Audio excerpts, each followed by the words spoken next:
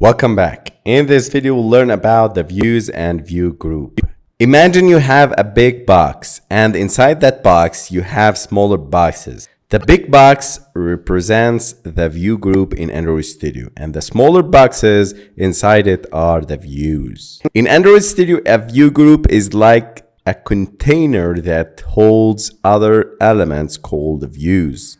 A view is a simple component that represents a visual element like a button, text, image, or any other interactive element. Now let's take an example about the views and see the hierarchy of the view. A view is like a single puzzle piece. It can be a small piece like a button, label, or image. It can also be a bigger piece like text box where you can type, or an image view to show pictures. Each view does its own specific job. Example, a button is a view that can be tapped to make something happen, like playing a game or sending a message. A view group is like a big box that can hold many smaller puzzle pieces, views, inside it. The view group helps to organize and arrange these views on the screen. In the next videos, we'll learn more about the layouts, which are the view group, and the views in Android Studio.